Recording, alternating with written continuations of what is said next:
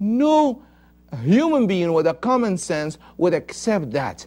I mean, in Islam, and when we do marriage all the time, we say to the husband and wife, now your parents from both sides are your parents. In as much as you owe them respect, this side, you owe respect to the parents of your wife, and vice versa.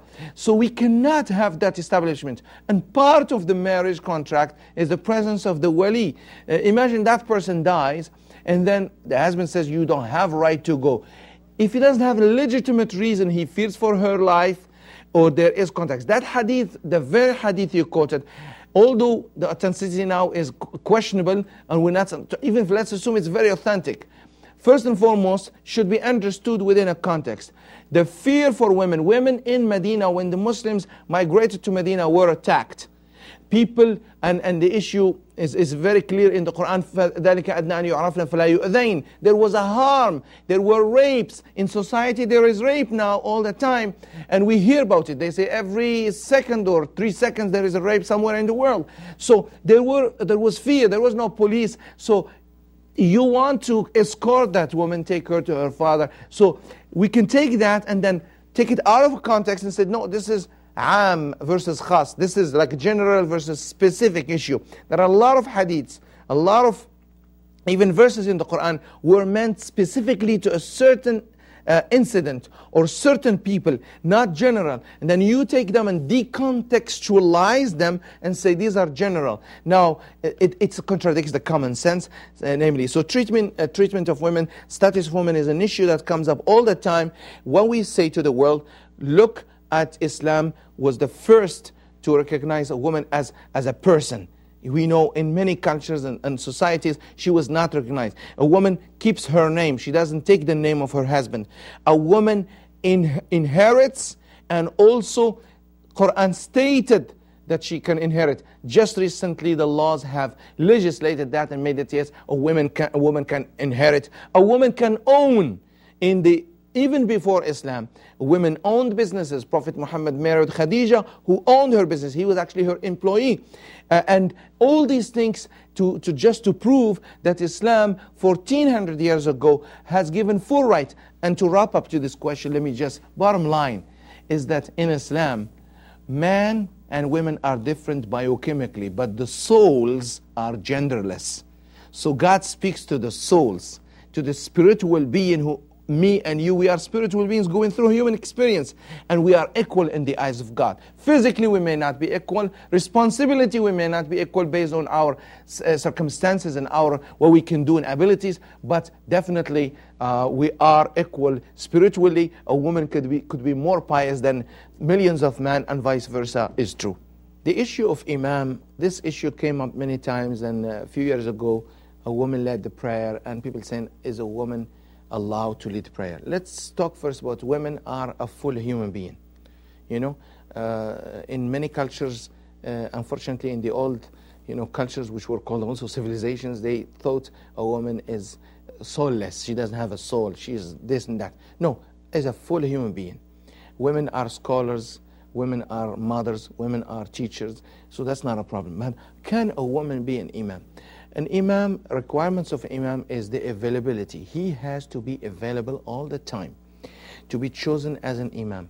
Secondly, an imam has to dress up decently and be a decent person, and has to be a person who can be reached all the time, not only for prayer. The symbolism of leading the prayer is that he's there, but also he's leading the community. So he is accessible. He's a person that can be called when it's an emergency. An imam is a person also who is not going to be, a person who probably have to go for a long time, such as in the case of women have to go for pregnancy, or have to go, in absentia for a long time for breastfeeding. Could be 1 year, could be 2 years. So all this was taken in consideration. So God exempted women from even having to be in the mosque all the time, so their congregational prayer are optional. This is not putting down women or making them, somehow less than men or inferior, but rather is to give a woman a break because she cannot be available all the time due to the reasons we mentioned. Secondly, in a very brief way, I could put it, is that a woman is a beautiful human being. And let me tell you, men do stare at women. And that's why women usually pray behind men, not in front of them. This is not to put them down. But in reality, it would be very difficult for men to pray while a beautiful woman, or a woman in general, in front of them praying. Men do stare at women.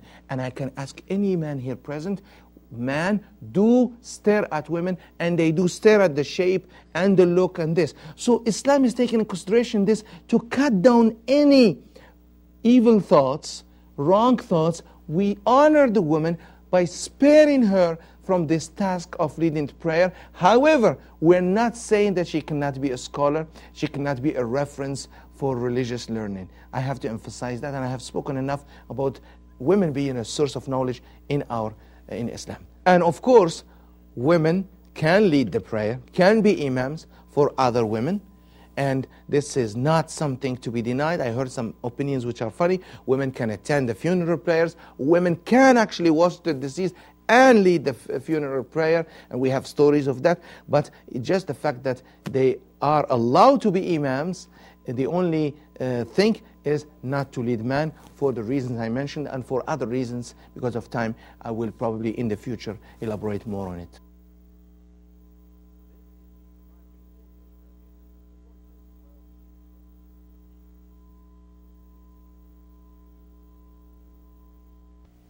I hope we covered some of these issues regarding women, specifically status of women. We keep continuously hearing this, and I suggest to my viewers to read more the authentic sources and examine what was the example of the Prophet himself. And of course, we have to differentiate between culture and cultural upbringing and cultural ideas, which really, in many cases, as we saw, contradict the teachings of Prophet Muhammad, peace be upon him. Dear viewers, for any comments or suggestions, do not hesitate to email us at info@faithoflife.net. Until next time, I wish you all the best, and I pray for me and you to be always prosperous and healthy. Assalamu alaikum, peace be with you.